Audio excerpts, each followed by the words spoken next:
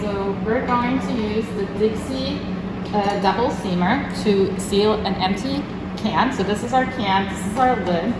And what the seamer will do is that it'll roll this little lip over this lip and create a hermetic seal.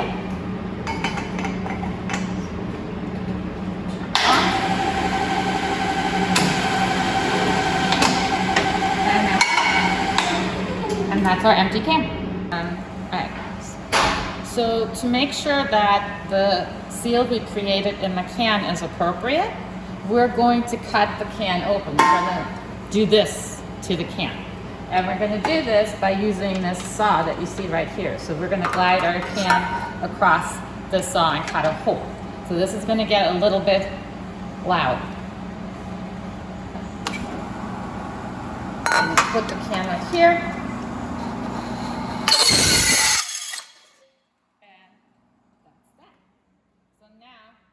Made the cut, and now we have to open it up so we can inspect it. We have a very sophisticated tool to do that with, this little rubber piece, and we're going to stick it in here and push this part of the can in. And now you can see, we can look at the inside of the seam. And we're going to use a very special camera to take a look and make sure that our seams are appropriate. All right, this machine right here is a CNC Künke seam viewer. And what that means is there's a little laser light right here that will allow us to take a picture of the inside of the seam that we created in the can. And that will allow us to measure how much the seam is appropriate, what the sizes are.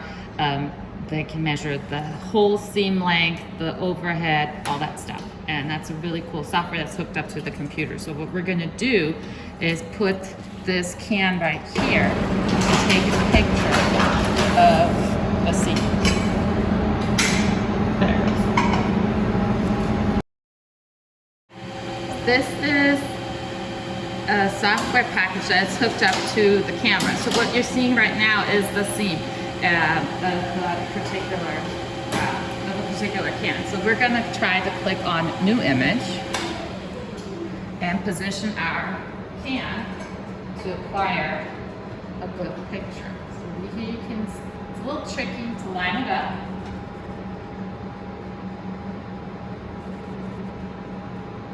So I'm going to go accept the image.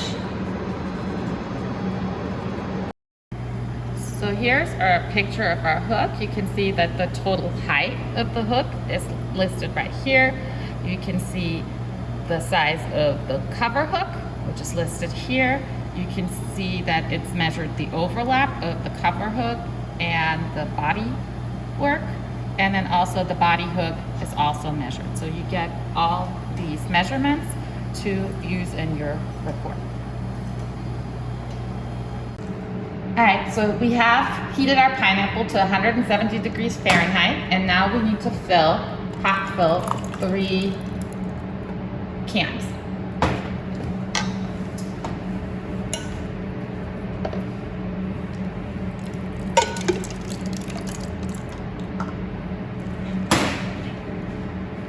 So now we're back at the double steamer after we filled our can with pineapple, and now we're going to peel our pineapple. After we added the lids to the cans, we need to label them with the temperature of the pineapple juice. So these are our cans filled with pineapple. They were heated to 170, 180, and 190 degrees Fahrenheit. They were then inverted to kill the bacteria on the lid and left there for 3 minutes. And now they're being submerged in water to cool them down. And once they're cooled, 1 can from each temperature will be evaluated for vacuum seal and pH, as well as headspace in the can. The remaining cans will be left in the lab, and measurements will be taken after 2 days and then 4 days. So here we have a pressure gauge that's going to tell us how much pressure is inside that can, or how strong our vacuum has become. So what we're going to do is take this can that was heated to 170 degrees and try to punch a hole into it. So you want let's see what, oops. There. That's about a reading of 2.5 inches of mercury vacuum. All right. That's a 6.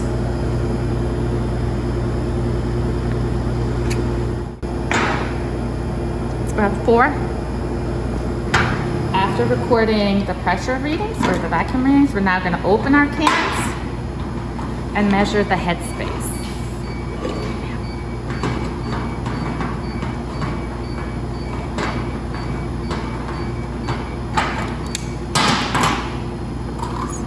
So this was our 190 can. We only filled it half full because we ran out of pineapple. So the headspace for this particular item is about 4.8 centimeters.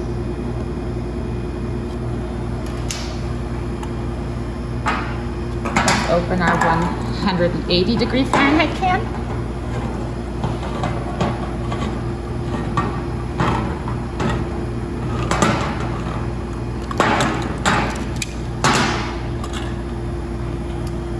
Headspace in this can is about 2.9 centimeters.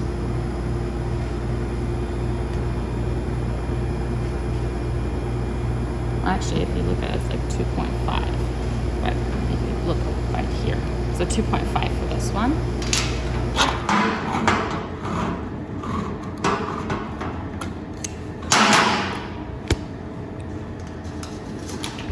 Look in here, you see about a headspace of 1.5 centimeters. If you look right there. So this is our can for 170. We're going to measure the pH now.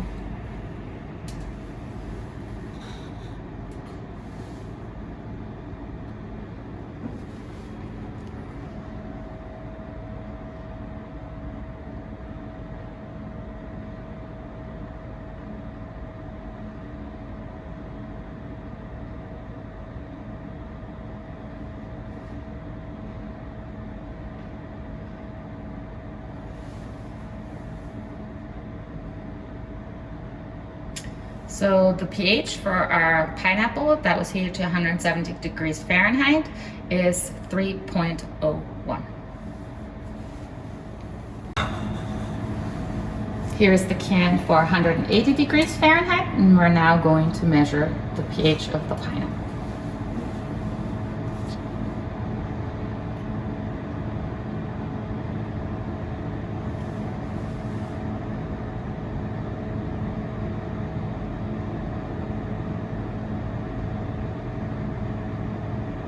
So for this product, we have a pH of, oh, I changed again.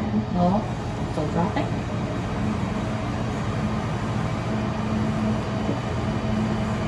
All right, so for the 180 degree Fahrenheit pineapple, we have a pH of 2.83.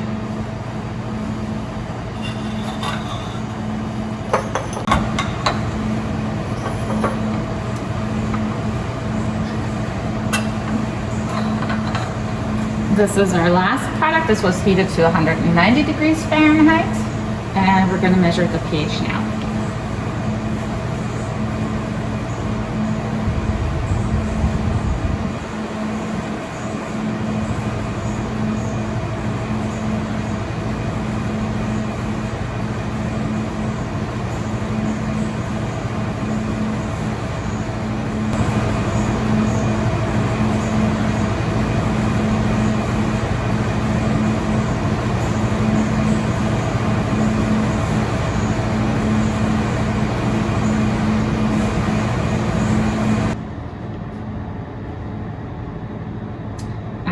The pH for the pineapple that was heated at 190 degrees Fahrenheit is 2.84.